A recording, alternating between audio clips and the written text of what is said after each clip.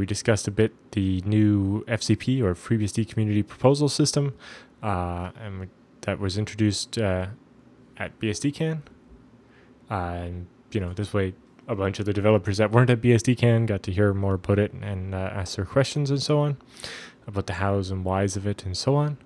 And then myself and Benedict were asked to describe our experiences as being new core members, being on core for the first time, whereas most of the other people in the room had done it at least once before. And encouraging more people to run in the election, which will be in the summer of next year. After a short break there, Scott Long gave a talk overview of the work on NUMA, or non-uniform memory architecture. Specifically, now that especially the newer AMD servers, but also Intel servers, have multiple domains, it means that RAM that's connected to CPU socket number 1 is slower to access from CPU socket number 0. And so having the OS know about that and decide I'm going to allocate memory for this connection on the network on the CPU where I'm going to run the process is going to use it, means that you'll get better speed and so on. And so Netflix has interest in this work and is funding the beginning of the design for the architecture for that. Mm-hmm. Then, just before lunch, Christian Swartz presented his work on zRepl, which is a new ZFS replication solution that he's written in Go. This sparked interest from a number of developers, and they've created the start of a port. And we've also suggested that Christian should present this at the next conference as a full 45-minute talk rather than just a quick work in progress type thing. Mm-hmm. That was good. Yep. I had to. Then after that, yes, Benedict had to duck out because it was time for him to teach his tutorial on Ansible, which apparently was well attended. How did that go? Oh, that was super. I was arriving like 15 minutes before the tutorial was starting, and the room was already packed. Michael Lucas was still there from giving his tutorial in the morning on ZFS, and I guess people thought this would be a good combination, seeing him in the morning and me afterwards. And I mean, I had a lot of people at Asia BSDCon already, and I was astounded by how many people are now in my tutorial at EuroBSDCon. So I'm thinking of submitting it for BSDCan next year, because the topic isn't going to get stale anytime soon. So I might as well repeat it there. And if people are interested and couldn't go to Asia or to Euro, then BSDCan is a good way to listen to my talk or my presentation if you're interested. And of course, there was a good interaction between the audience, so I didn't talk all 3 hours. We had a couple of breaks in there, and I had some feedback where people had a little bit more experience with Ansible, and they provided hints for other modules I could use, or gave other participants some pointers where they could look, or things they had tried out and which I hadn't covered. So my talk was basically an introductory section on Ansible, how to use that with the BSDs. And I think after the talk, many people were getting ideas how they could manage their infrastructure better with Ansible. But what was happening at the Dev Summit? I totally lost everything on that afternoon from the Dev Summit side. Mostly getting work done after that. It was got a bit quieter, and I mostly worked on things.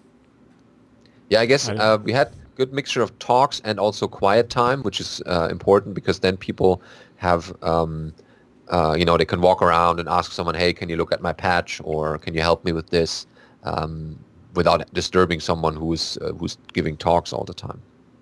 Yeah, I ended up building an entire network at the table where I was sitting.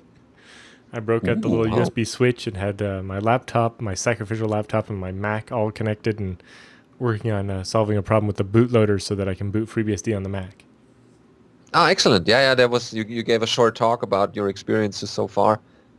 Yep. So, like Benedict mentioned, we had organized dinners on both the Thursday and the Friday. These were interesting to see them manage to achieve the feat of organizing a dinner for over 100 people in one place, and getting them all served quickly and so on. Those were quite nice. Mhm. You know, got to talk to some people and enjoy some good food and good desserts too. Um, Personally, I have a bit of trouble hearing people when you get 100 people in a room. Yeah, it's very The, loud. the background cacophony gets pretty bad. But Um, also a lot so, of people brought their significant others to Paris, so yes. they joined us for the dinners, and it was nice to see that the typical stereotypes of FreeBSD hacker isn't that typical. So they also have lives and wives and children. Well, that was nice. Uh, so on the Saturday, we did something a bit different. Partly, I imagine, because with over 300 people, it wasn't possible to get into a restaurant. We had our social event, which was a river cruise down the Seine. This took the form of a standing dinner with a wide selection of appetizer-type dishes. So we were on a barge on the river. There was both a top deck and then a dining area underneath. I spent much of the evening on the top deck. There were tables around with various bits of food and a bar, but mostly I got to kind of walk around and talk to a lot of different people. And the advantage of being on the roof of the barge basically was that being open to the air, the echo from all the voices wasn't as bad, and it was much easier to hear the people you were talking to. Yep. Although after a while, I did feel the need to sit down after a couple of hours. So I ventured downstairs and found a seat and sat with some people and talked. But I definitely liked the standing dinner type setup sometimes, just to be able to get to walk around and talk to a lot more people than I would have if, when I was sitting at a table, there's 6 or 8 people at your table that you can reasonably talk to, without yelling across the room, basically. Whereas with the standing type dinner, it was easy to walk around and so on. Although, Yeah. I definitely didn't eat as much as I did at the Thursday night dinner where they just brought giant plates full of meat, one after another. Yeah, I heard some groups going after they let us off the ship again, going to a restaurant at 1 a.m. in the morning and starting to get a steak or something. That was certainly a little Yeah. bit much. But yeah, so I But yeah, like having both different good. dinner formats for sure. I also like, the Tokyo style of just get a smaller group together and go to different places. Uh, Mhm. you know, I have to make the concerted effort quite often to not just go out with the same people every night, just to get to talk to different people and try different things. Yeah, that's Uh, true. I'm also trying to get a diverse group because I talk to many people during the day anyway, and you want to spend a certain amount of time with the people you like, but it's also good to show some other people who are a little bit shy or may not approach you right away to, that you can talk to them and you could have dinner with them. It's normal. So I try to get a little right, bit right. of Well, the best way to make new friends is to start hanging out with new people. yeah. Yeah. So yeah, there was that. Uh, Oh, speaking and of new also, people, hmm? Yes. speaking of new people, Of new people, I would also like to thank all those BSD Now viewers who attended the conference and made a point of introducing themselves to both Benedict and I. It was very nice to meet everybody, but also just to see there were quite a few people who said, the only reason they had come to the conference is because they had heard about it on BSD Now. And mm, I've asked most of the people that told me that to please email in to feedback at bsdnow.tv and tell us how their experience was being there for the first time, in hopes of encouraging more people to make their first time out to a conference at the next available conference. I had multiple times people I've never seen before approach me, "Hey, Benedict," and it's like, how do I know you? They're like, "Oh, you're in BSD Now. I watch it so often," and it's okay, there. You've seen me, but I haven't seen you before. Yes. Yeah, that was certainly nice to see people Yep. in the BSD And the community. conference was live streamed by the nice people at GConf. They streamed it both through Scale Engine and through YouTube.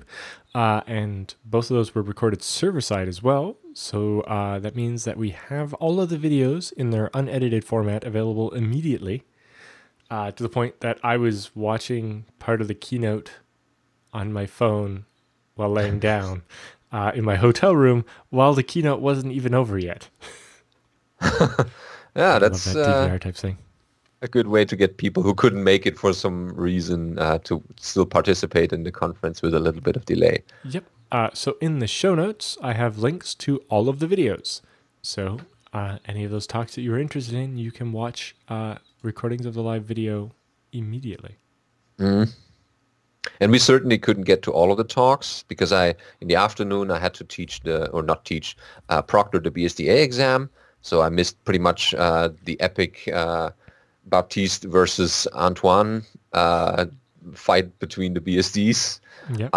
But I will certainly watch the recording. I'm interested in the outcome because I haven't seen part 2 yet. And sometimes it's in this case, in this conference it wasn't so bad, but sometimes it's like I want to be at both of these talks. They are in the same time slot. Which one do I go to? And this is a good way of watching the other one while still being sure that you get the other in the recording. Yep. So yeah, huge thanks to the organizers, the program committee, and sponsors of EuroBSDCon. Next year, for people who missed this one, EuroBSDCon will be in Bucharest in Romania. So that's an interesting location for sure. And we'll keep you updated on call for papers and more as the conference progresses. But it's still a year out, so there's time. For sure. So, next story. We finally have the article I've been trying to talk about for a while. So we covered, Christoph made a nice blog post for us about a bug in PF that he fixed, inspired by our coverage of the bug in Illumos. But, that wasn't the story I was actually thinking it was. It was a different one. So here's the actual story of PR 219251. So this is the story I wanted Christoph to tell, but it's the bug I watched him fix at the Essen Hackathon earlier in the summer. So Christoph says, as I threatened to do in my previous post, I'm going to talk about PR 219251. The bug report dates from only a few months ago, but the first report that Christoph remembers actually came from Sean Webb on Twitter, of all places. Despite there being a stack trace it took quite a while, nearly 6 months in fact, to figure out what was going on. It actually took Rashad Patuk managing to distill the problem down to a smallish test script to make real progress on this problem. His test case meant that I could get core dumps and then experiment with them. It also provided valuable clues because it could be tweaked to see which elements were required to trigger the panic and which were not. So the test script starts a VNet jail, adds an ePair interface to that jail, sets up PF in the jail, then reloads the PF rules on the host. Interestingly, the panic does not occur if that last step is omitted. So only reloading PF on the host is actually what's crashing PF in the jail. Huh. That's certainly difficult to reproduce. Mm-hmm. And obviously that's not the desired behavior, right? It's supposed to be a completely separate instance of PF, so they shouldn't be crashing each other. So if we look at the code and see what's actually happening. Yep, some code reading is definitely required. You say, we try to fetch a counter value here, but instead we're dereferencing a bad pointer. There's actually 2 here, so already we need more information. Inspection of the core dump reveals that the state pointer is valid and contains sane information. However, the rule pointer points to a sensible location, but the data is 0x dead code. This is actually the memory allocator being helpful in debug mode and writing garbage over all freed memory, so that when you see that your data is 0x dead code, you're actually accessing data that's been or memory that's been freed. So that's how we know it's a use after free bug. In other words, the rules have been freed while there's still active states that are pointing at them. Somehow we have a state which describes a connection that PF knows about, which points to a rule that no longer exists. The core dump also shows that the problem always occurs with states and rules in the default VNet, the host's instance of PF, not one of the PF instances that's in the jail. That matches with the observation that the test script does not trigger the panic unless we reload the rules on the host.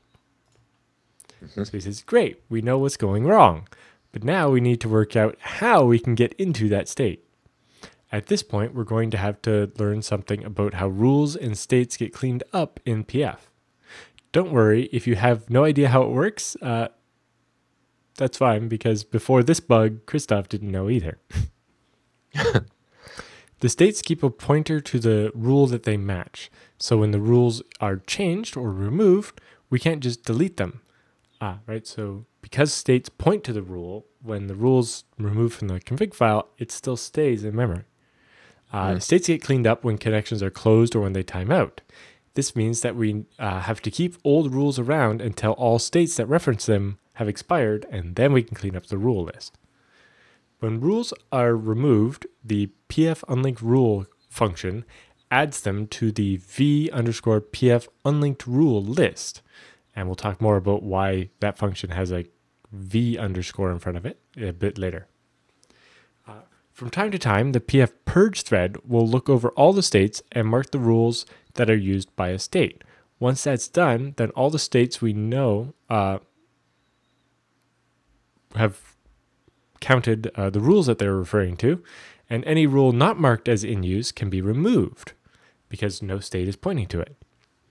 That can be a lot of work if you've got a lot of states. You know, people can have hundreds of thousands of PF states open. So the PF purge thread breaks this up into smaller chunks, iterating only over part of the state table in each run.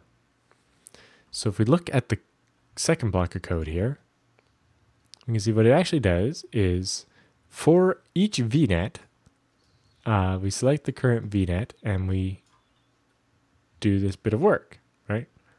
We get the index of the last place we checked, and then we do a bunch of this work. And we do that once for each VNet. So we iterate over all of the virtual PF instances, which is the VNet for each function there. Check if it's active, which goes back to the bug we talked about last week where we were poking things before they were active. And then we check the expired states with the pf purge expired states functions. We start at state index or IDX and only process a certain number, which is determined by the PFTM interval setting, so that we don't do all the work at once, so that we don't pause the firewall for too long. The pf purge expired states function returns a new index to tell us how far we got before we ran out of time. And then next time we'll just start there and move forward. So remember when I mentioned that v underscore prefix on the function names? Those are per VNet variables. They work a bit like thread local variables. Each VNet, or each virtual network stack, usually one per jail, keeps its state separately from the others. And the v variables use a pointer that's changed whenever we change the current active VNet, such as using the cur vnet set and cur vnet restore functions. And that's tracked in the cur vnet variable. In other words, there are as many v pf vnet active variables as there are vnets, which is the number of vnet jails plus one for the host system. Why is that relevant here? Note that the IDX variable is not a per vnet variable, but we handle multiple pf instances. We run through them all, in fact. That means we end up checking the first X states from the first VNet, and then instead of coming back and doing the second X states from the first VNet, we do the second X states from the second VNet. Right? So instead of checking the first chunk in all, say, 10 VNets, and then on the next run doing the second X states on all VNets, we end up doing the first X states for VNet 0, and the second X states for VNet 1, and the third X states for VNet 2, etc. So we only do like one of the middle chunks for each VNet, but a different chunk for each VNet. And then we get to the end and we'll say, okay, every rule that's not currently referenced by any of those states is safe to delete. Except we only have gone over a fraction of all the states because we picked up where we left off. We used the marker for how far we got in VNet 0 to decide where to start in VNet 1, which didn't do what we intended.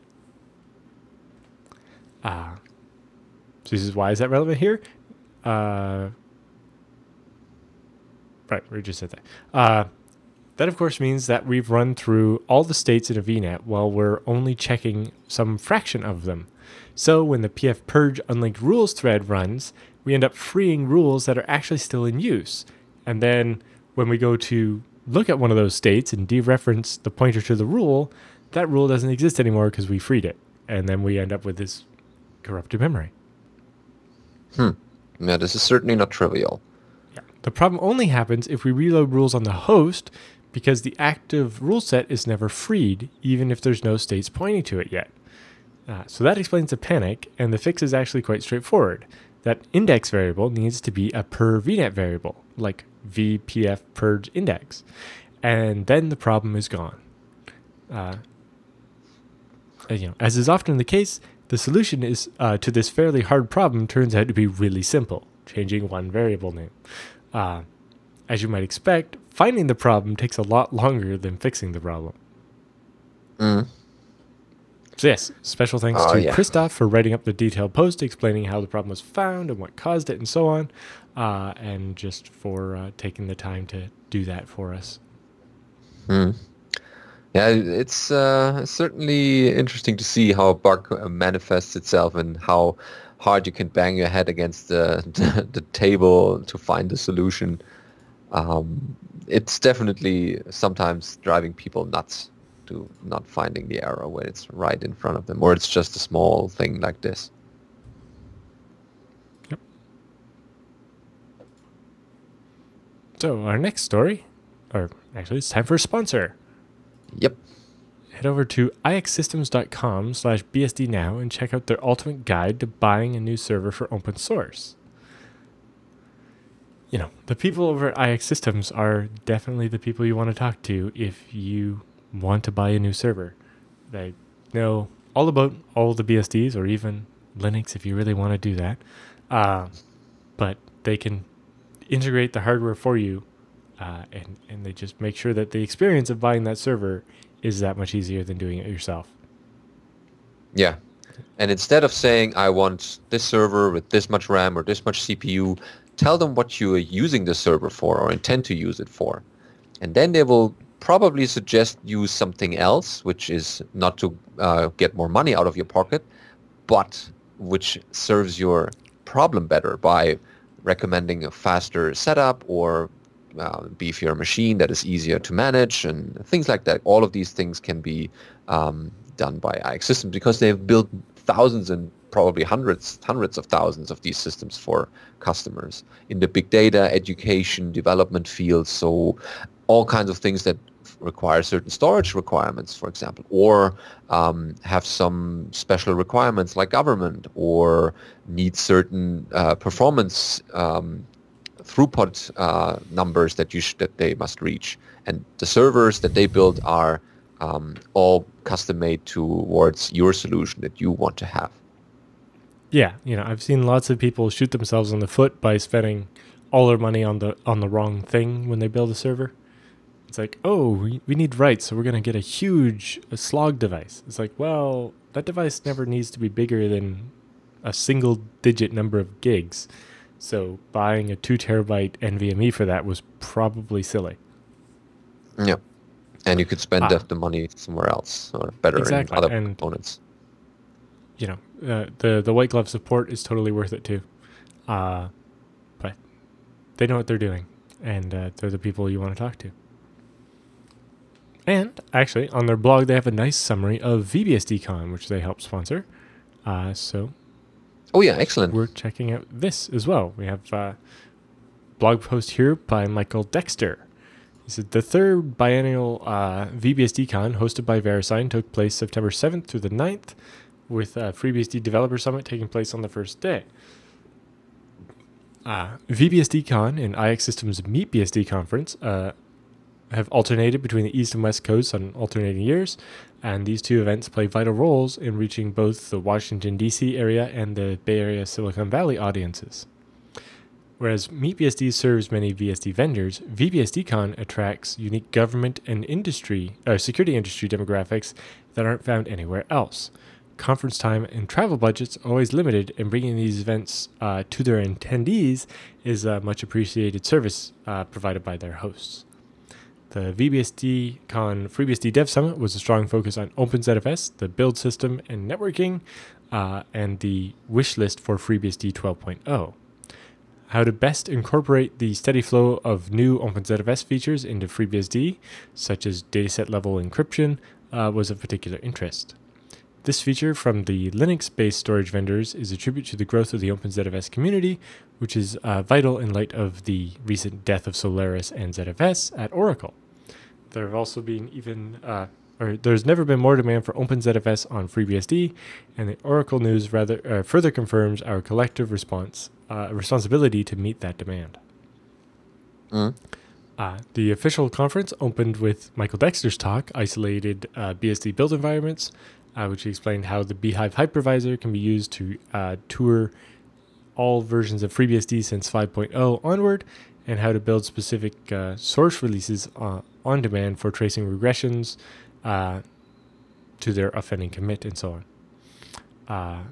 It was followed by a FreeNAS user who made a good point that the FreeNAS is an exemplary entry vector into the Unix and enterprise storage fundamentals, given that many of the vectors are generation.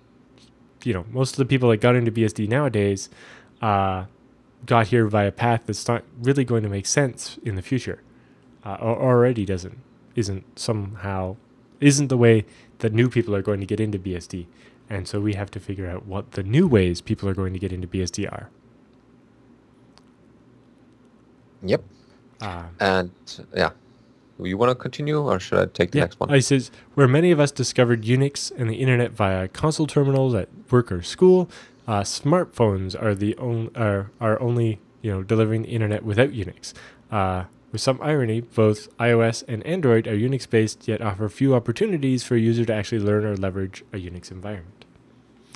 The next two talks were the history and future of core dumps on FreeBSD by Sam Guider, and using package source for multi-platform deployments in heterogeneous environments by Clifford Williams.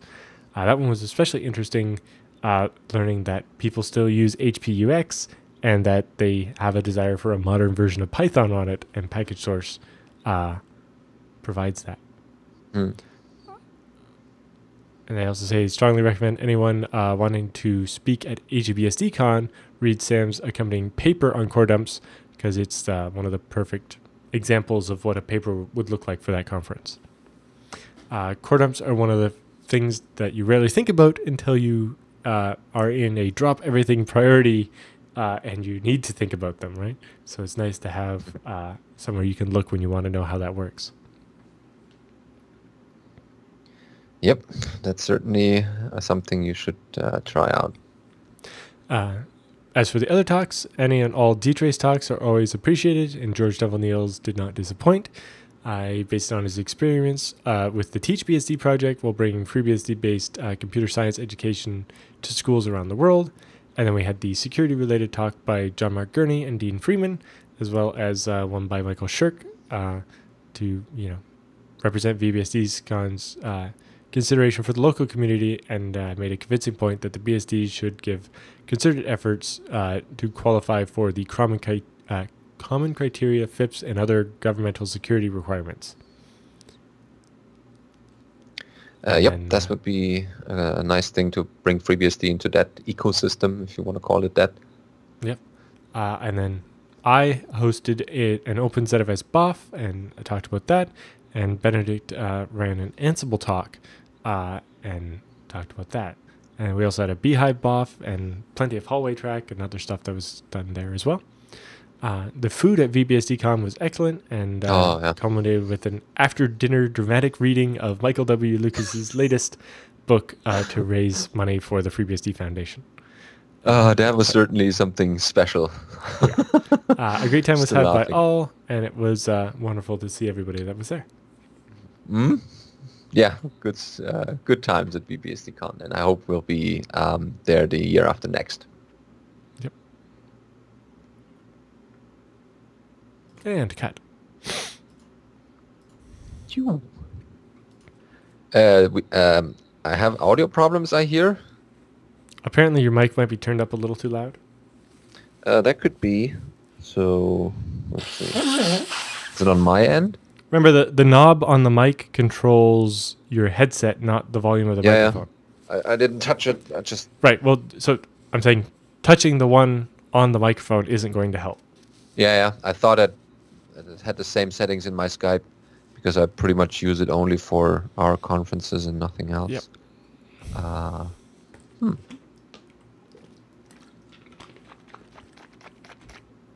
Yeah, we'll see. They're starting to paint pictures now. That is kind of nice.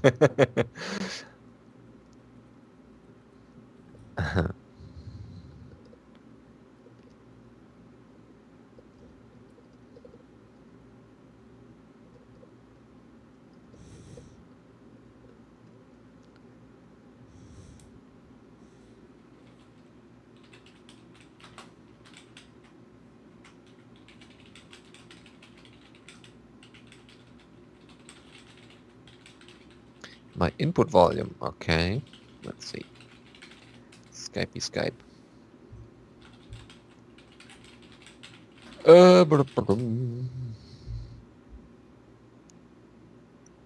So if I turn my volume down a little bit, so this is one level downer. This is great English, Benedict. 2 bars now.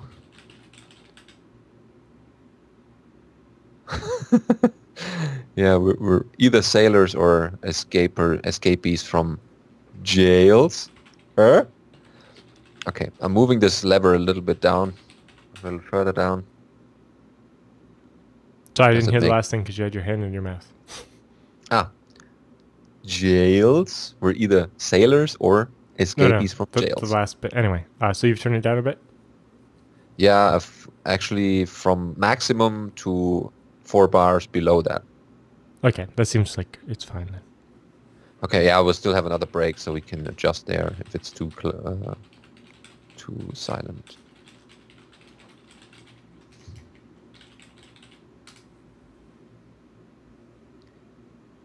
Okay, let's see. Let's open up some news roundup links. Oh, we're actually quite good on time. 45 minutes. That's not bad with all the conference activities.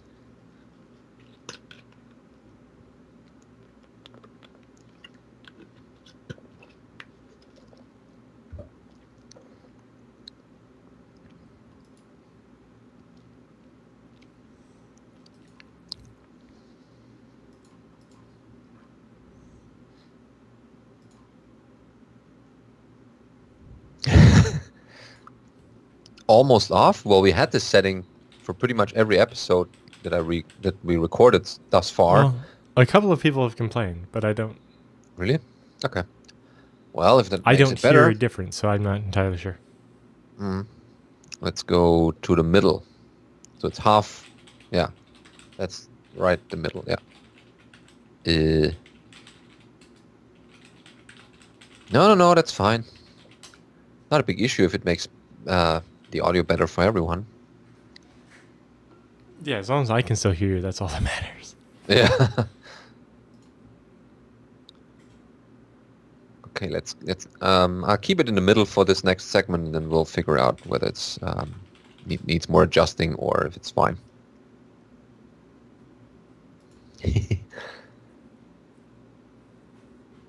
1/4. Okay.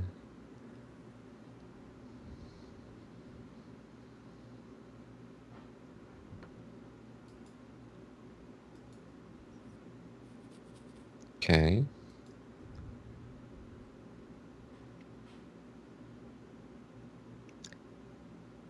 Now, if I only move my lips without saying anything, will that convince people that it's the wrong setting? No, I won't do that. Okay.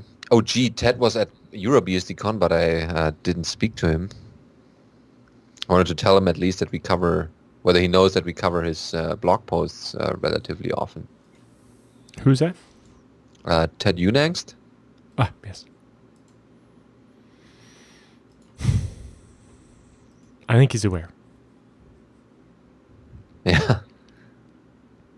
And there were a couple of people, so you always see them in the hallway and you want to talk to them, but they're either talking to someone else and you don't want to interrupt, or you walk past each other going to different talks and you never make it to talk to that one guy you wanted to see all day. Yep. Or all year. I've started making the effort that, when you're standing around in a circle talking, to open the circle up and always make sure there's enough room for another person to walk up and join. And when they do, you spread the circle out and make sure another hole. So the circle keeps getting bigger as more people show up, but there's always a slot for another person to join. Whereas, if the circle's closed, then they don't really have the ability to join in. Yeah.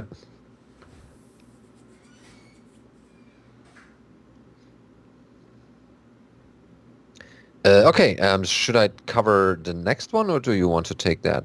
Then I'll take the OpenBSD. Oh, that's a bigger one.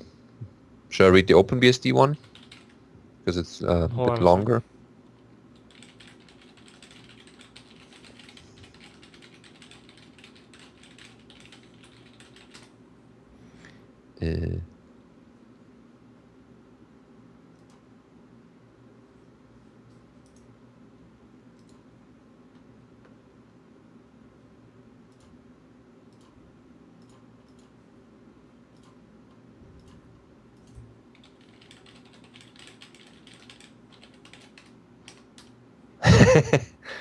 Yeah, that's true.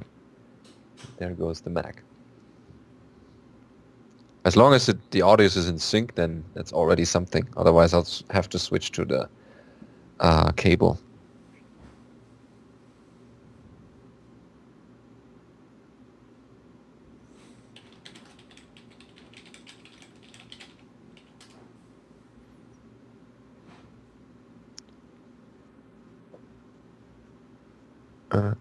Here's go. Yeah. Okay. Input. Oh, yeah. That's, yeah. Like this. Different.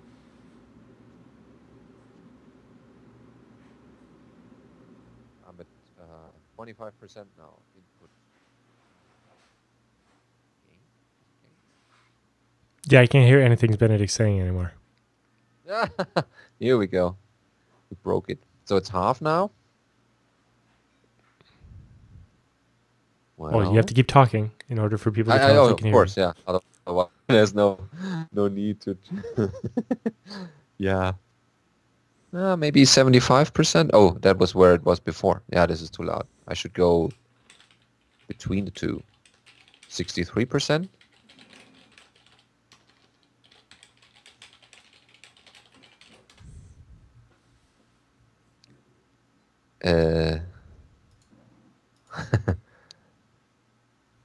Too quiet now. Okay. Remember, the chat room is like 15 seconds behind or more. Yeah. So I'll wait and that talk was a a long little time bit longer.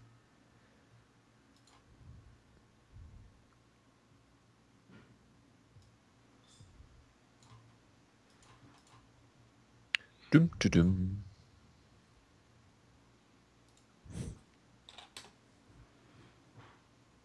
So where is it right now? It's at 63%. Put it back to like 50. Yeah. This is 50 now. 50-50. No more, no less.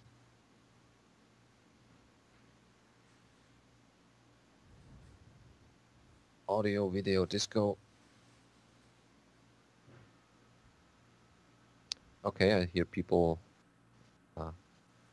or people that are reporting better results. Could you try like not mumbling? Now we're going into speaking a sentence. 55%. Yeah, well, I could also speak louder. Don't no. Come on. Don't whisper. Could you speak normally? Yeah, sure. That's my typical sound that I gave in that normal volume that I have. Except when I'm excited, then it raises, and it falls when I'm bored. No, that's fine. Too quiet and okay. Where Well, is it? 55%. What's the number right now? It's, let's see, give me a tooltip here. 53.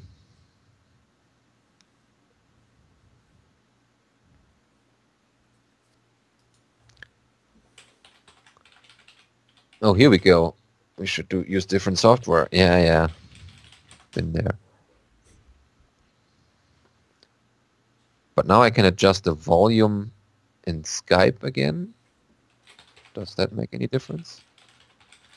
This is probably just my local volume to hear what Alan is typing or saying.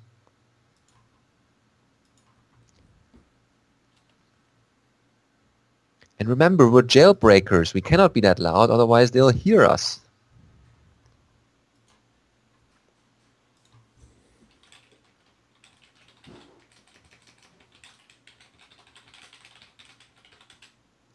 Adjust all the things, all the levers.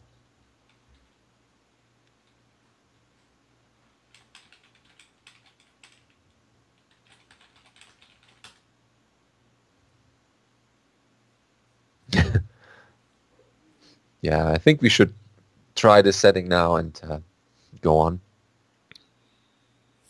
Yeah. Well, we'll make it work.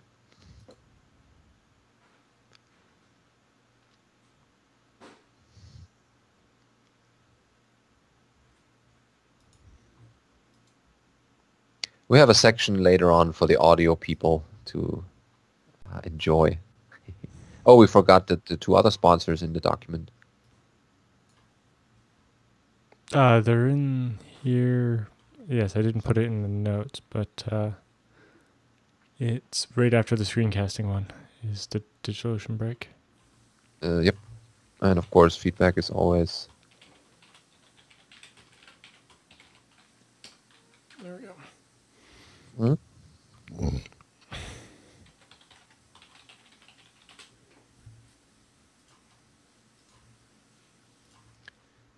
Whoops. And whoops.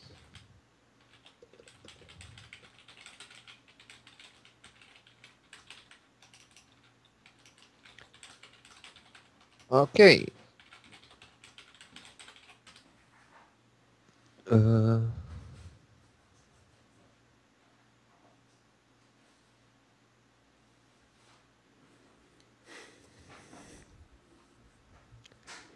Anyway, you ready? Yeah, what should I do? Should I take the next item or do you want to do the longer one?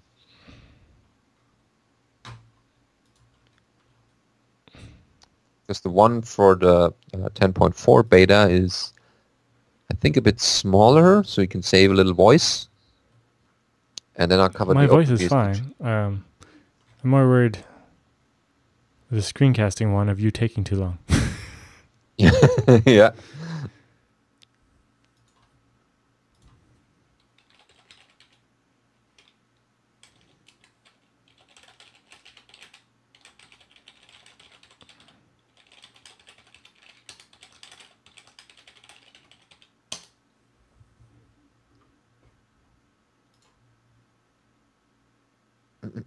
Yeah.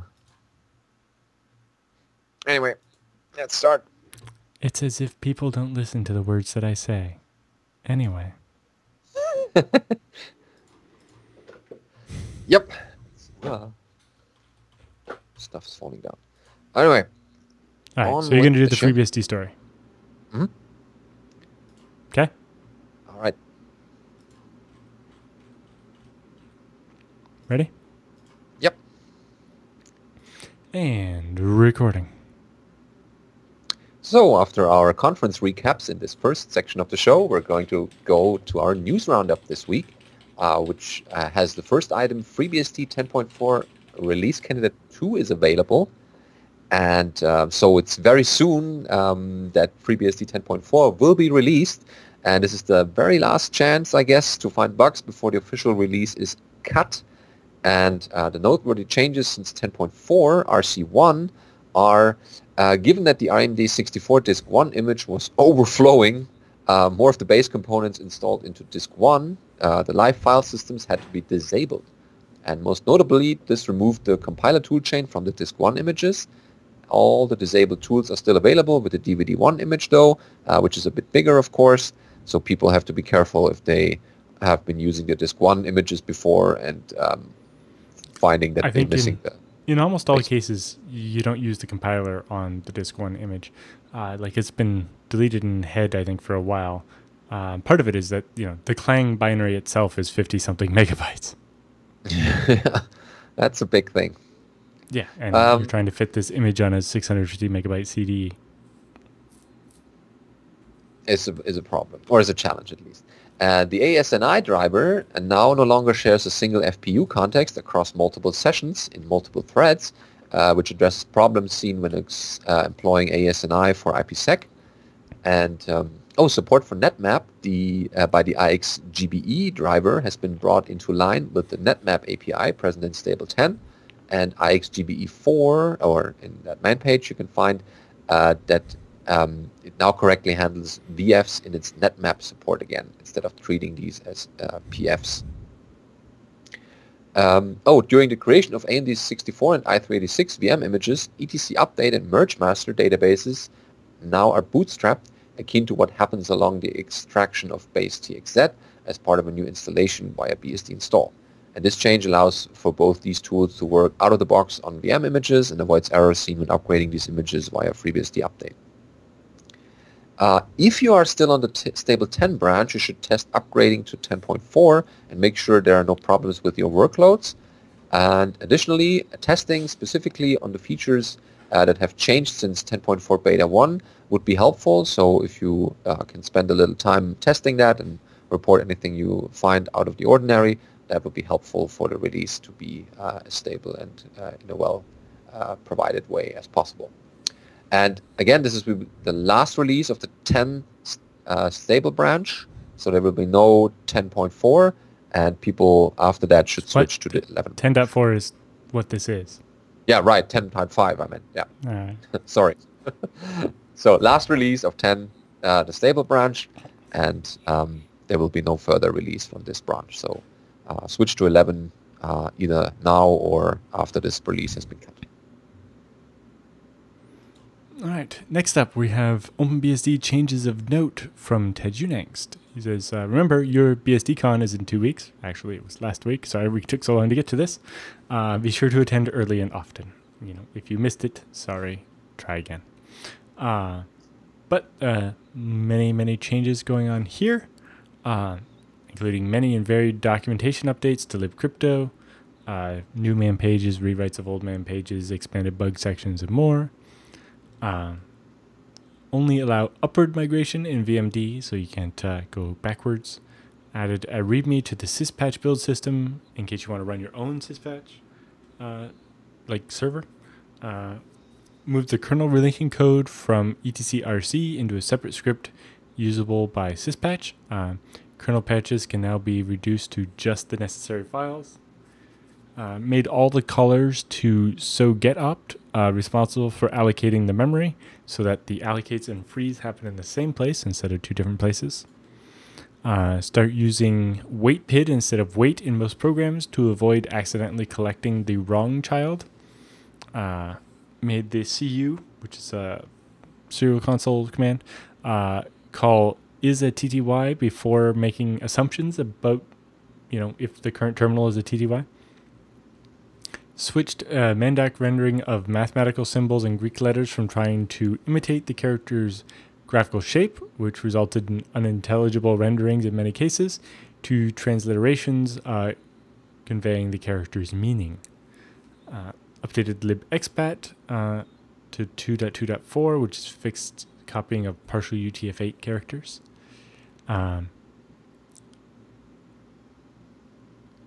Workaround bug in F5's handling of supported elliptic curve extensions. RFC 4492 only defines elliptic curves for client hello. However, the F5 is sending a server hello with these curves. We need to skip over it since our TLS extension parsing code is now more strict about it. Now, after you finish your first install, it runs syspatch-c to check for any updates that are needed. If there's an SMAP present, you want to clear the PSLAC register on kernel entry and interrupt so that only the code in copy in and copy out that needs to run with it set will actually do so. Panic if it's set on entry of the trap or syscall.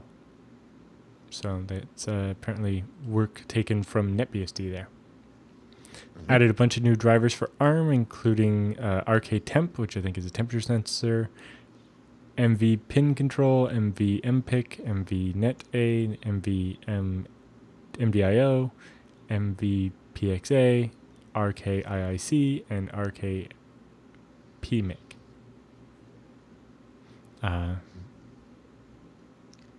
They also changed Mandoc so that it doesn't exec RM. We know there's exactly one file and directory to remove, so simply run CMP instead. Okay, well that solves it. Yep. Bunch of other minor changes. Revisited the 2Q queue sizes. Limit the hot queue to 1/20th the cache size, up to a maximum of 4096 pages. Limit the warm and cold caches to half the cache. This allows us to more effectively notice interest in buffers instead of losing it in a large hot queue.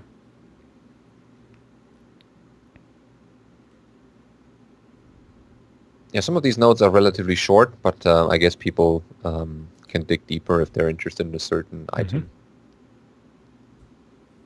When Exinit starts an X server that listens only on a Unix socket, prefer display equals Unix :0 rather than display equals :0. This will prevent applications from ever trying to fall back to TCP if the Unix socket connection fails. But then that was reverted. Well, okay. Needs probably some more work. Added the -Z and -Z options to APMD, which is the power management daemon on OpenBSD, to automatically suspend or hibernate when the laptop becomes low on battery. They've removed the original pre-IETF ChaCha20 Poly 1305 cipher suites from, I'm guessing, LibreSSL.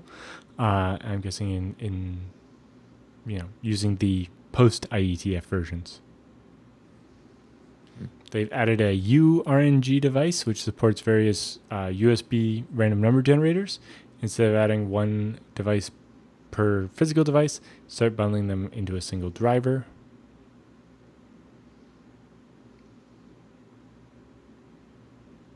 And lots and lots of other changes. Oh yeah, including fixing support for the 486DX CPU by not calling CPU ID. He's like, I used to own a 486, now I don't. Also defers probing of floppy drives to eliminate the delay during boot caused by the floppy drive. So we probed those later on because, probably not that important you don't need to hold up the whole boot process for that.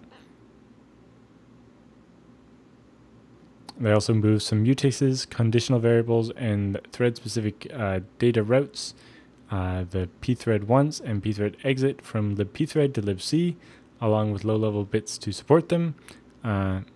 Now, it lets thread-aware code work with just libc. Oh, they also have a new POSIX Xlocale implementation, complete as long as you only use ASCII and UTF-8, as you should. And it closes with, round and round it goes, when 6.2 stops, nobody knows. A peek at the future. Oh yeah, there's some poetry at the end. While we're on the subject of OpenBSD, our next section is screencasting with OpenBSD. And this is is it a blog post? Yeah, it seems like. Oh, it's a journal entry basically, and it describes how to do screencasting with OpenBSD. So it describes a lot of setting steps. We have most of these in the show notes, but it starts off with any USB microphone should appear as a new audio device. And here's a D-message output for the microphone by ART. So you can see a couple of messages here for UAudio 0 being connected with the number of mixer controls. This is very audio technical stuff for people who are in that area. They can probably understand more than at least I do. But there's an audio CTL which can read off of the specific characteristics of the device. So you do audio CTL -F and the detected audio device and /dev. Then you grab for record because that's what you're interested in apparently. And then next up you can test the recording from the second audio device using AU-CAT, which is AudioCAT basically. And you provide basically -F RSND/1 and you output that to file.wave. And if the device also has a headset audio, it can be played through the same device, which uses AuCAT in the same way. Instead of -O, you use -I for the input, and you provide the file wave you just created. And then there's screen capture with XVFB. The rate at which a frame buffer for your video card is a feature of the hardware and software you're using, and it's often very slow. And X11 VNC will print an estimate of the bandwidth for your system that you're running. So if you start X11 VNC, there's a little frame buffer rate that is being displayed. And in this example, it's about 4 frames per second. We can do much better by using a virtual frame buffer. So here I'm setting up a new screen, setting the background color, starting CWM and an instance of Xterm. And much better now. You can see that the frame rate is now around 20 frames. And if you make a connection to this virtual screen using raw encoding to eliminate time wasted on compression, you pretty much just call VNC viewer, in this case localhost, and you provide the dash encoding's raw format to it. And if you want to do a test recording with sound, then the whole command line of FFmpeg is rather long, but it provides all the things that you need: 800 by 600 resolution, and X11 grab for grabbing the input source, and then a couple of audio codec definitions, I guess. And you provide it, or you put it out into out.avi. And there's a note here that says always stop the recordings and playback using Q, not Control-C, so that the audio inputs are shut down properly and you don't have anything hanging around still. Screen capture with Zephyr. Zephyr is perhaps the easiest way to run X with a shadow frame buffer. This solution avoids reading from the device's or video card's RAM, so it's reasonably fast. So you can see here that there's about 12 frames per second maintained by this command. And to capture keyboard and mouse input, press Control then Shift, and this is very handy for using navigating a window manager in the nested X sessions. Now for arranging windows, the author says of this article that he has sometimes found it helpful to launch applications and arrange them in a specific way, and this will open up a web browser listing the current directory and position windows using XDO tool. And you can see the configuration all provided in the blog post. This will position the windows precisely so that it appears to be in a Tmux window on the right. So you have everything nicely arranged for your setup here. And if you want to do audio-video sync, because if you find that the audio is way out of sync with the video, you can adjust the start using the -SS before the audio input to specify the number of seconds to delay. My final recording command line that delays the audio by 5 seconds, 0.5 seconds, writing 12 frames per second is another FFmpeg line, which is rather long. And now you want to try probably sharing a terminal with Tmux. If you're trying to record a terminal session, Tmux is able to share a session. And in this way, a recording of an X-frame buffer can be taken without even using the screen. Start by creating a session, so you run Tmux basically, and then on the remote side, connect to the same socket, and you use Tmux attach, providing the Tmux session you're interested in. And then it goes into how to take screenshots with ImageMagick. This is relatively straightforward here. And it finishes off with a section on audio processing and video transcoding, which basically is an even longer FFmpeg command line. So the first step is to ensure that the clip begins and ends where you'd like it to, and the following will make a copy of the recording starting at basically 0 and ending at 9:45. And so this device or this command shows you how to do this. And if you want to set the gain correctly, which is very important, with an analog mixer, but if you're using a USB mic there may not be a gain option. So simply record using its built-in settings and then adjust the levels afterwards using utilities such as Normalize. So first extract the audio as a raw PCM file and then run Normalize over it.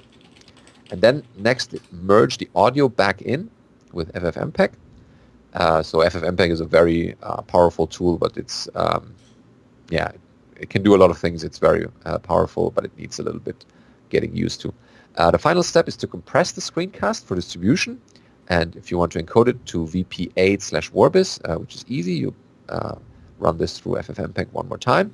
And if you want to use H.264 AAC, it's a little bit tricky. For most video players, the color space needs to be set to YUV 420p.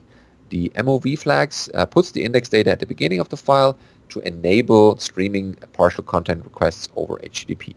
So there's another FFmpeg line at this. And if you're interested in the whole audio mixing and processing and pre-processing or post-processing, this blog post provides you with all the command line tools to try it out for yourself. Very nice.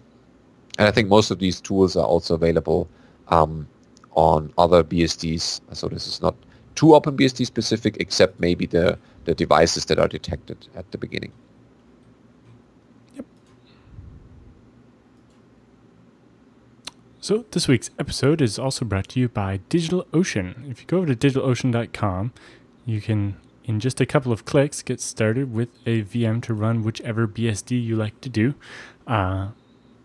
starting at as little as $5 a month or 0.7 cents per hour. Mm-hmm.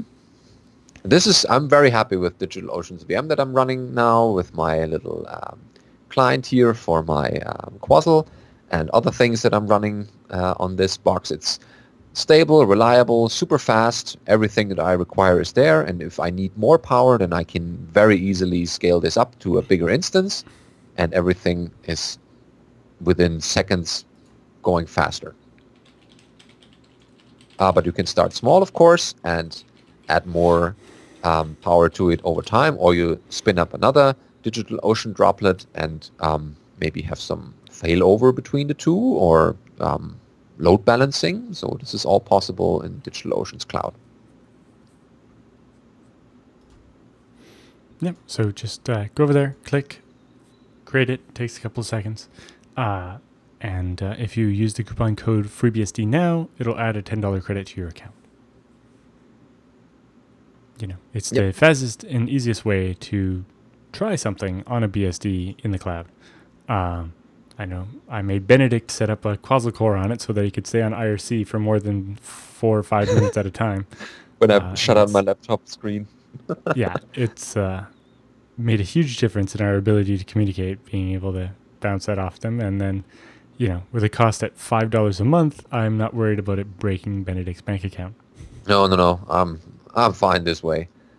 And especially since now we can leave each other messages when there's, time zone difference, when Alan's asleep or when I'm not awake yet, then it's good to pick up the messages in the morning and have not missed them completely. But you can also run other products in DigitalOcean's cloud, of course, like web servers or NoSQL databases or other cool things you always wanted to try. Maybe a little blog, for example. All possible. And they're easy to spin up on DigitalOcean's cloud and, performant as you expected. Yep. And as the chat room points out, DigitalOcean has some awesome tutorials for newbies as well. Oh, yeah, right. Okay.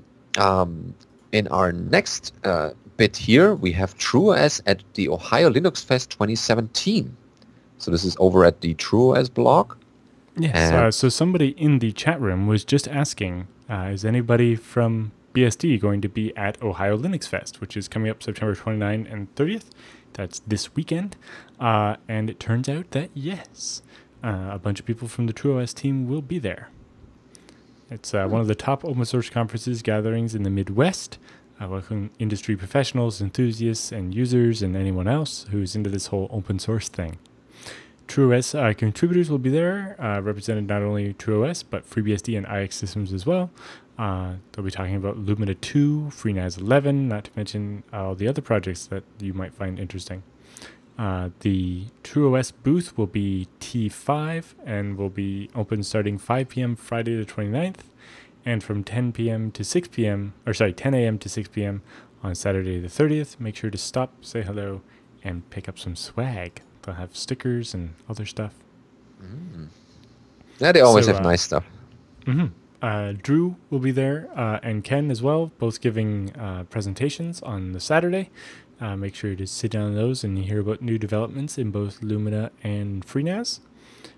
Ken is offering his Lumina Rising Challenging Desktop Orthodoxy at 10:15 a.m. in the Franklin A room. Hear his thoughts about the ideas of propelling desktop environment development and how Lumina, especially Lumina 2, is seeking to offer a new model of desktop architecture. Elements discussed including session security, application dependencies, message handling, and operating system integration. And then Drew will be talking about what's new in FreeNAS 11 at 2 p.m. in the Franklin D room. She'll provide an overview of some of the new features added to FreeNAS, including the alerting services, starting specific services at boot time, Active Directory monitoring to ensure that the Active Directory service is always connected, a preview of the new user interface, and support for S3 compatible storage so that you can have a local version of the cloud, and the bhyve hypervisor so you can run VMs hyperconverged on your FreeNAS. She'll also provide a sneak peek of FreeNAS 11.1, which has new features including a complete rewrite of the jails and plugin system in FreeNAS, moving from Warden to IOCage, how to write a new plugin in just a few lines of code, and the brand new asynchronous middleware API.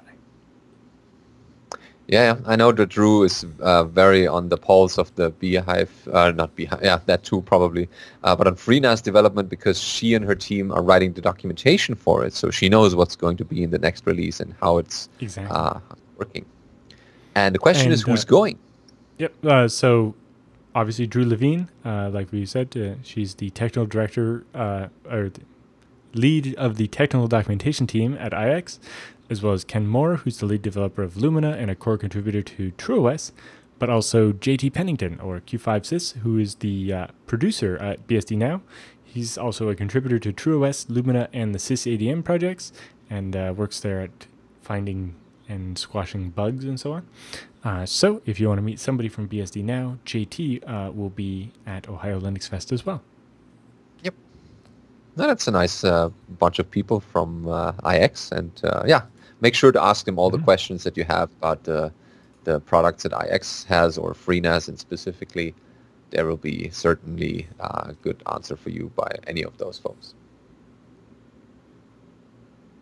And cut. So now we can pound through some beastie bits.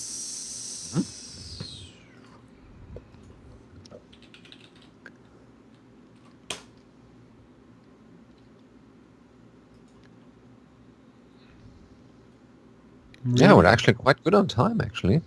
We got a little delayed with the audio futzing. Yeah. Oh, is it better now, or in this section? Yeah, it's just...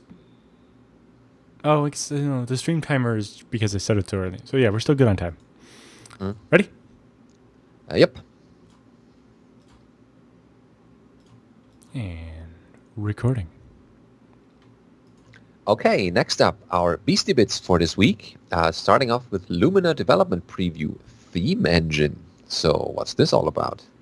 Yes, so the TrueOS Unstable branch has begun testing the new Lumina theme engine. It's intended to simplify and expand upon the appearance options in the desktop settings window. While ready for early testing and feedback, please keep in mind that it's not complete. It's tagged as version 0.33. Expect elements to change as development continues. After upgrading to the latest unstable patch, Lumina theme engine is available under Applications Settings. Many of the disparate windows in the current Lumina configuration scheme are combined as tabs in the theme engine. Settings altered in the Appearance, Fonts, and Interfaces tabs are saved to the lthemeengine.conf, which is stored in your .config/lthemeengine directory. This is the primary directory for the theme engine, but other tabs may look outside of this directory for specific elements. But in general, trying to put all the bits that let you control what stuff looks like on your desktop in one place, including the appearance, fonts, icons, interface options, etc. Yeah, there's a couple of screenshots here. As stated, the theme engine is still in active development. The theme engine is based on the Qt5 configuration tool and is currently very stock in its appearance and functionality. Contributors to TrueOS and Lumina are looking to adjust the UI and add more functionality and user configuration options, plus continue to improve its integration with Lumina itself. Giving it a try, please give it a try and let them know on Gitter or Discourse.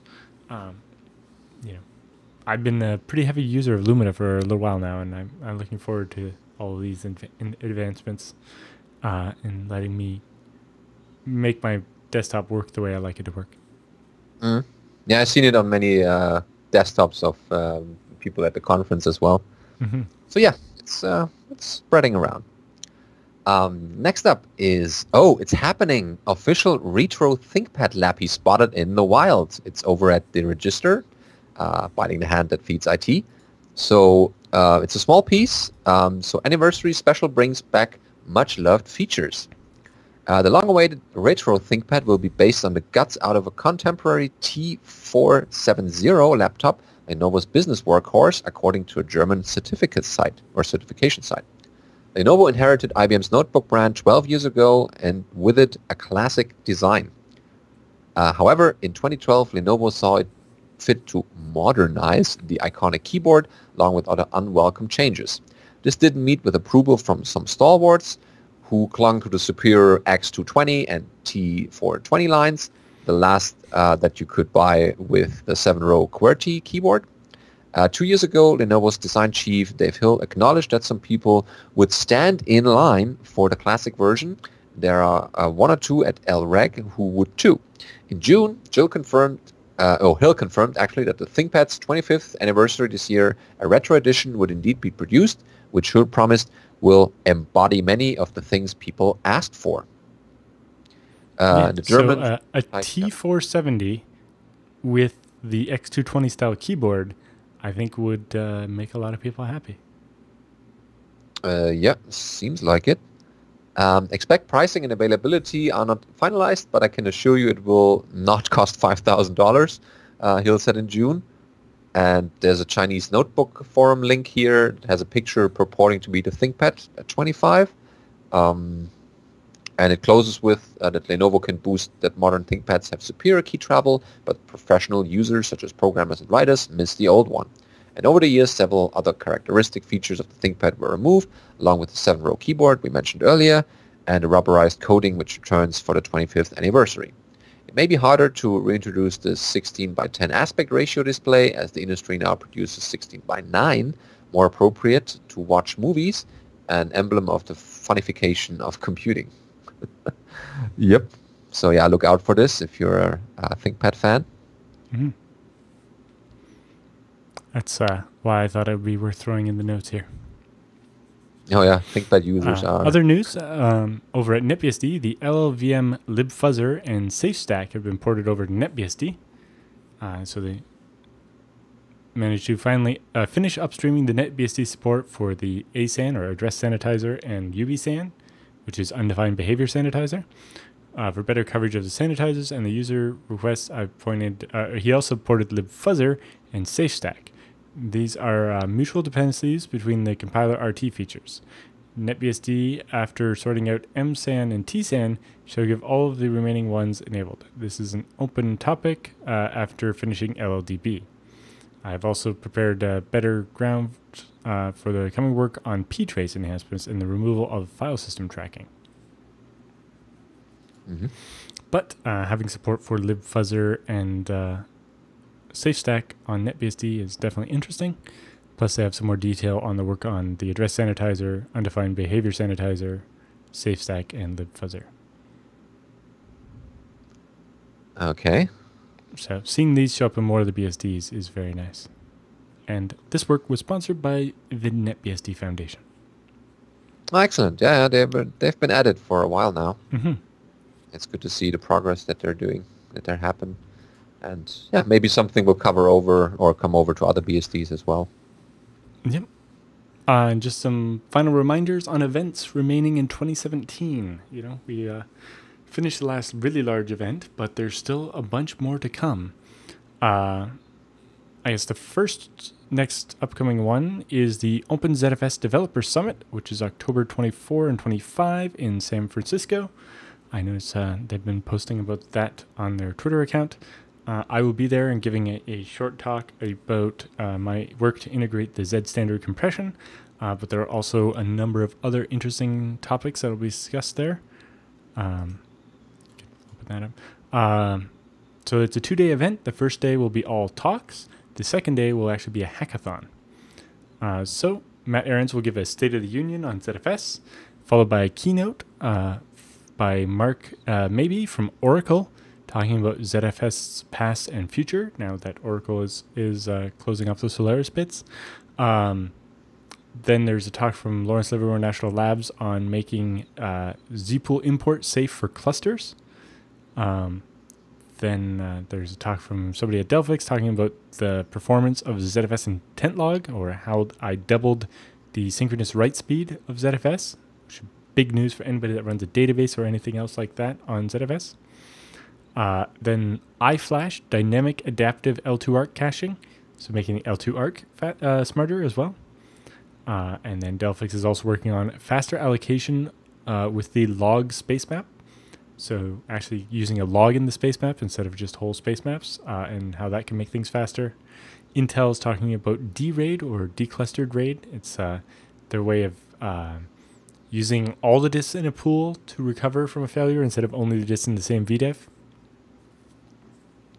Jürgen Lundman will be talking about porting OpenZFS to OS X and how that effort continues. There's also another engineer from Delphix talking about fast clone deletion, so making clones clean up faster, and I'll be talking about the Z standard. Then over at the hackathon, some interesting in-progress stuff.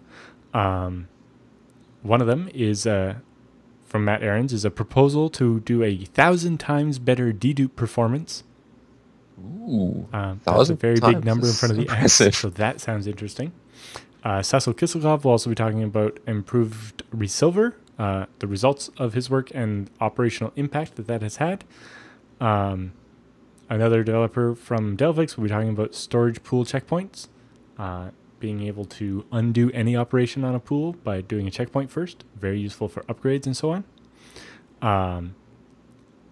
Tom Capulti, who did the ZFS encryption work, will be talking about a new prefetcher for sequential scrubbing and how that's working. And then, very important news, Matt Ahrens will be speaking about his project, which is a coordination between Delphix and the FreeBSD Foundation to offer RAID Z expansion, being able to add a disk to an existing RAID Z VDEV. Yep. This is one of the killer features that ZFS has been missing for years. Mm-hmm. And that's just this event. There's also the Usenix Lisa 17 from October 29th to November 3rd in San Francisco. And yes, that's the Large Systems Administrator Conference. I will be there for one of the days, the 1st, November 1st? Yes, November 1st, to hold a ZFS BOF, or question and answer type session. So if you're at Usenix, look for ZFS on the schedule and come find me. Yeah, the Foundation and the FreeBSD project also have a booth there, I think, or a combined booth. Yes, the FreeBSD Foundation will have a booth that I'll be helping to man. Mm. And of course... And then there's the FreeBSD Vendor Summit will be November 2nd and 3rd. Although that's invite only. And then lastly, don't forget about BSD Taiwan, November Yeah. 11th and 12th in Taipei. Check out their new website.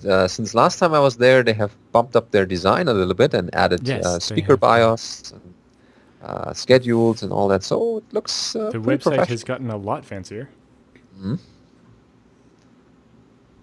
Yep. So if you can make it and are in the area, maybe, then you should definitely check it out. It's a new conference we're doing, so I'm excited to see what the result was going to be, and yeah, check it Yes, out. and the talks seem like a very good selection of interesting things, including RISC-V, Berkeley hardware for your Berkeley software, OpenBSD virtualization and the cloud, graphics support for Beehive.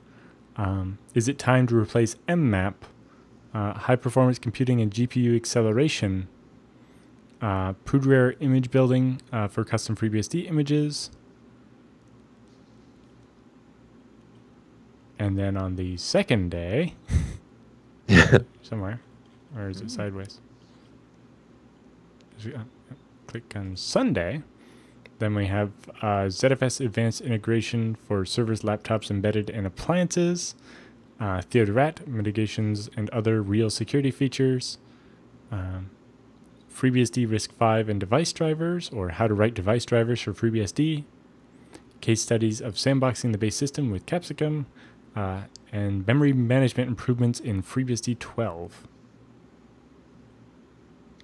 Okay, that's a good mix of talks, and that should be something Mhm. for everyone in there. Okay, I think that's about it for our BSD Bits this week. And before we go into our feedback and questions section, it's time for our sponsor for this section, because it's Tarsnap, like all the other weeks before, the online backups for the truly paranoid.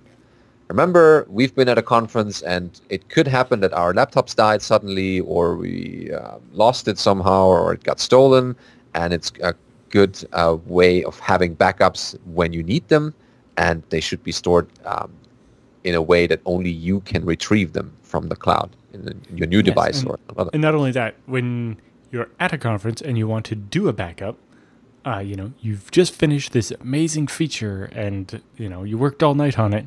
And you want to be able to take that backup. Tarsnap's deduplication and compression means that you're only sending a small amount of data up. So you can do that over the Wi-Fi at the hotel or the conference without, saturating it and making everybody else in the room hate you, or it's just being impossible because there's too much data to upload over the network. Mm-hmm. Yeah, that can happen easily. Yeah, because Tarsnap is the way to do this, because if you know how to use Tar, then you can also use Tarsnap. It's very similar.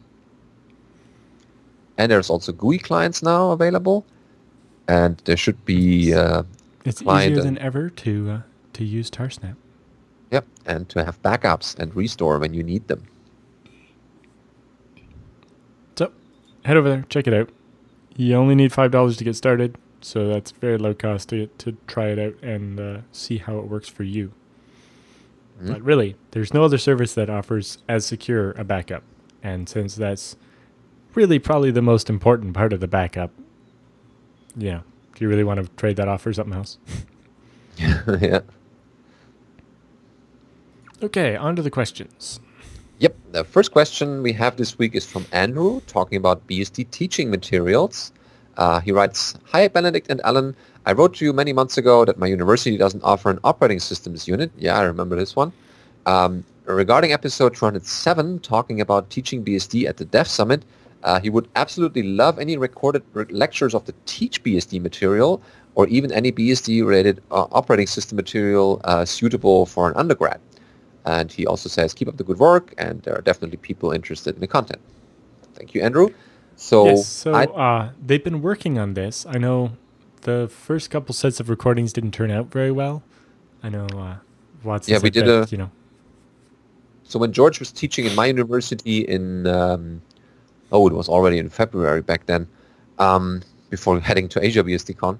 So we did a recording. They had like a camera and a microphone when he was walking around the room, and also had zooms of the slides and if he wrote something on the whiteboard. But actually, when I played it for the people in the teaching session at BSD Cam. The quality was less good, so I think it needs some post-processing maybe. But George wasn't very happy with the result and would probably not be releasing those. But I know that they did recordings of the L41, which the Teach BSD material is based on, which is the the course they do at Cambridge, and they're doing another round of teaching this year. But they did a recording from last time, I think, and they will somehow make this available through some kind of channels that I currently can't recall. Like with the version you recorded, I think the lighting wasn't very good, and I'm not sure about the audio. The very first round of L41, I think one or two of the videos didn't work out, and then one or two of them end up not having audio when they should have. And then the second round, similar sets of issues, but on different videos. So I think if you put it all together, you might get one complete set of the things, but they're not the same. Right? You'd mix and match from the two different sets of recordings. But yes, the ultimate goal is to have videoized versions of all these. It's just a matter of making that happen. Turns out the bunch of us are not great at video stuff.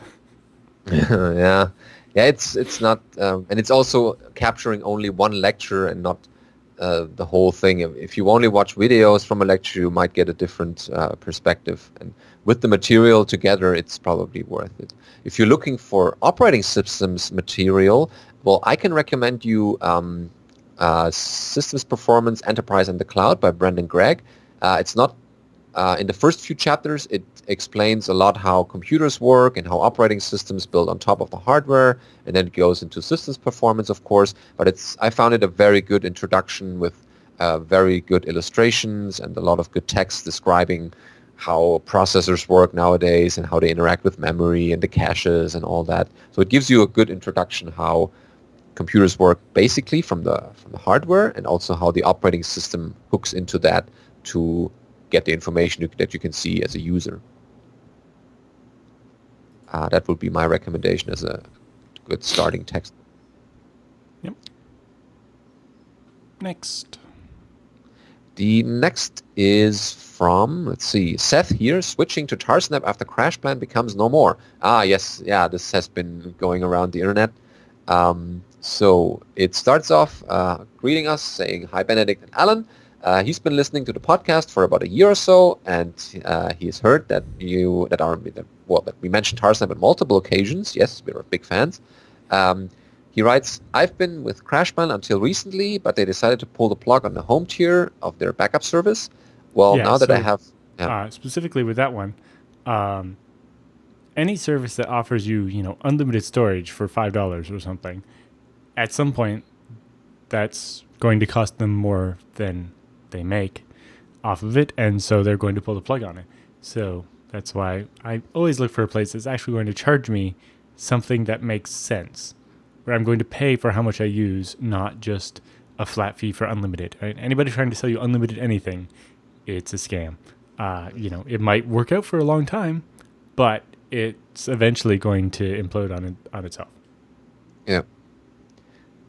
So he figured out it might be, a good idea to check out Tarsnap. He was suspicious at first that the syntax was close to BSD-tar, but now he believes that it's working now. He writes, I got it installed and configured from my FreeNAS box, even made a nice script that emails me status reports at the end of the backup. Very nice.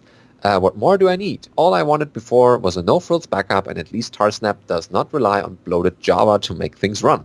That's one Beehive VM I can kill now. Thanks a million for promoting this great product.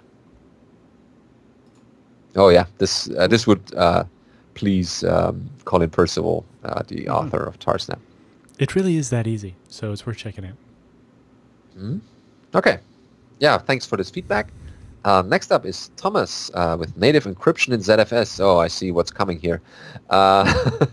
He writes, hello guys. I heard Alan say he talked about native ZFS encryption in FreeBSD and what is missing to make it work during his talk at BSD Cam.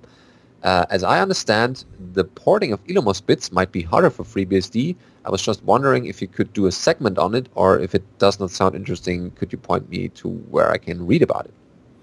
Okay, so the feature was originally developed in Linux, but they did it by porting the Illumos crypto framework to Linux. I would say in general that porting the Illumos crypto framework to FreeBSD would be less work than porting it to Linux. However, I think the implementation on FreeBSD will use our existing OpenCrypto framework, and so it should be relatively easy to plug it in. The issue is our current OpenCrypto framework only supports one of the two algorithms. But as far as getting it to work, that will be enough. It just won't be completely compatible with Linux immediately. And maybe we can get that last bit fixed. So, no one has started work on this that I know of yet. I haven't had time to look at it, and I don't know that I will anytime soon. But maybe over the Christmas holidays, I'll have time to keep digging in on this if somebody else hasn't made progress by then. Well, you have other things to do. I hope to get to talk to the original author of it a little bit at the OpenZFS Dev Summit. Yeah, maybe there's some updates there. Mm-hmm. Alan is busy doing other ZFS stuff, like Z Standard, which we mentioned. And 100 other things. Yeah, if only that. Yeah, sorry we have no more info for you, but we're all waiting, and it's getting there. It just needs a little bit more time until it appears in FreeBSD.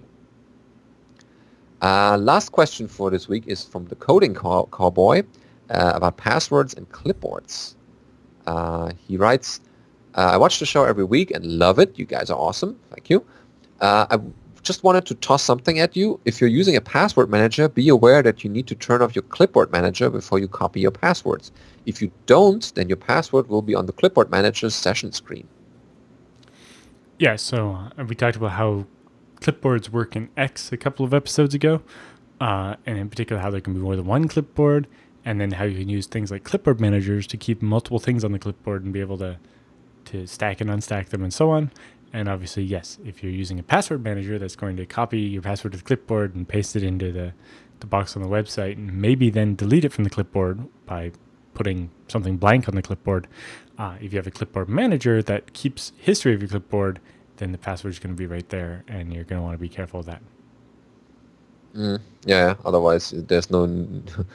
the whole password manager thing is, not much use if it's all there in plain text in your password clipboard buffer. Anyway, good feedback. Yeah, so this is pretty much what we have for this week for you. And as always, send any questions you might have, comments, show ideas, feedback from conferences, maybe your first conference that you've been to at a BSD event somewhere.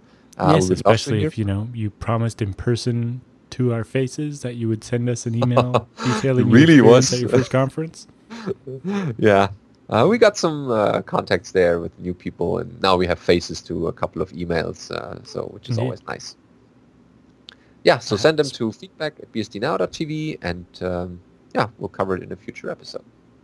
Yes, and special thanks to Frank, who emails us a giant list of links every week and helps make the show possible.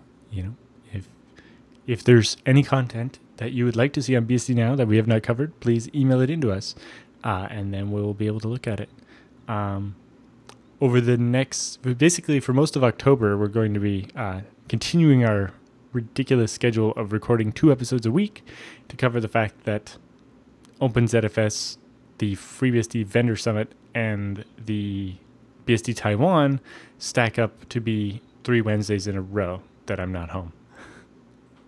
Yeah, so we'll pre-produce so that you have a show episode each week to watch. Yes, we will continue to put out an unreasonable amount of effort into making sure that you get to listen to me talk every week.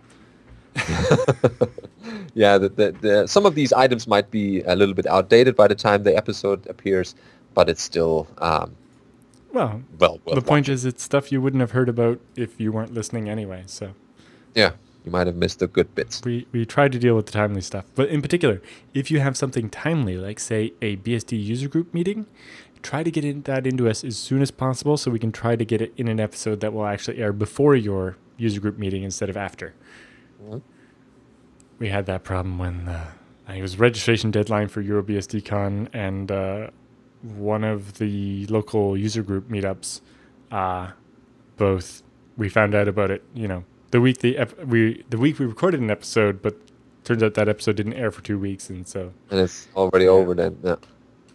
Oh well, we'll make it Yes. better in the future. Send us all the things, and if you agreed to an interview in person, help arrange that. Come on. Yeah, it's not so hard. And if you didn't agree to an interview, agree to one anyway and email us. Yeah, if you have something to talk about in the BSD area, any BSD, any good applications, then yeah, let the world know about it. All right. We will see you all next week. Thank you for watching. Thank you. Okay. Ready with Yep.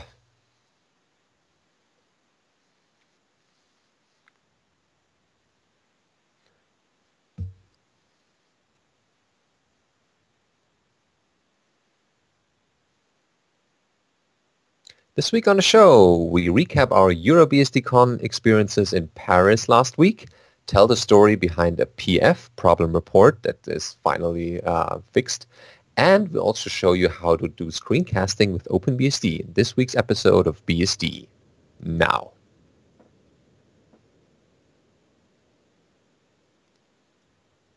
Woohoo! Hey, that was good. We have all our conference energy put into this, I guess. The BSD battery is fully loaded. Yeah, we got a BSD battery. I mean, I'm still thinking how expensive that would have been. So all the conference people got a little power bar in their conference bag, and that's certainly something. It's not cheap to put this in for like 300 people. Yeah. Well, in particular, apparently the logic board in that one makes it work as a UPS even. So you can be charging the battery and power the device, and it will bypass the battery and power the device, and then switch the battery if the power goes away. Ah, cool. I haven't tried that yet, but it's certainly a nice gift I will take on to my next travels in the future, because I always run out of power in the middle of something and I don't have no way of charging, and then I'm stuck. And this might help me get a little bit of juice in my devices.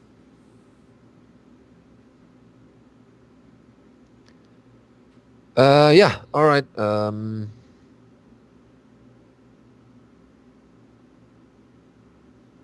That seems about it.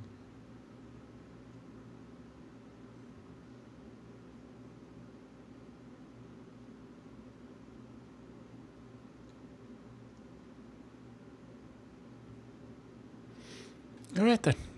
We're done. Yep. I'll see you next week Yep.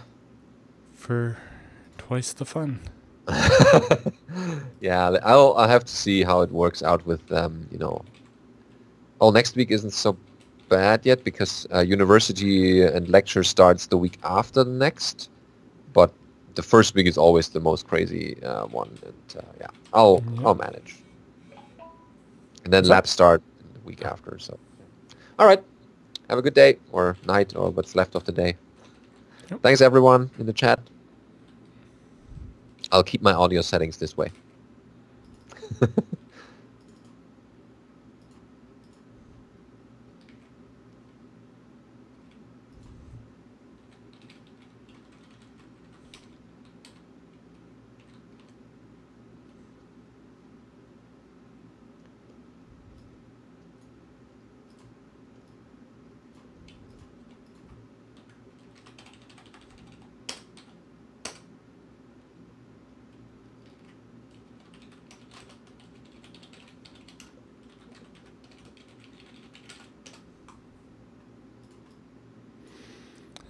Episode length 90 minutes. Perfect.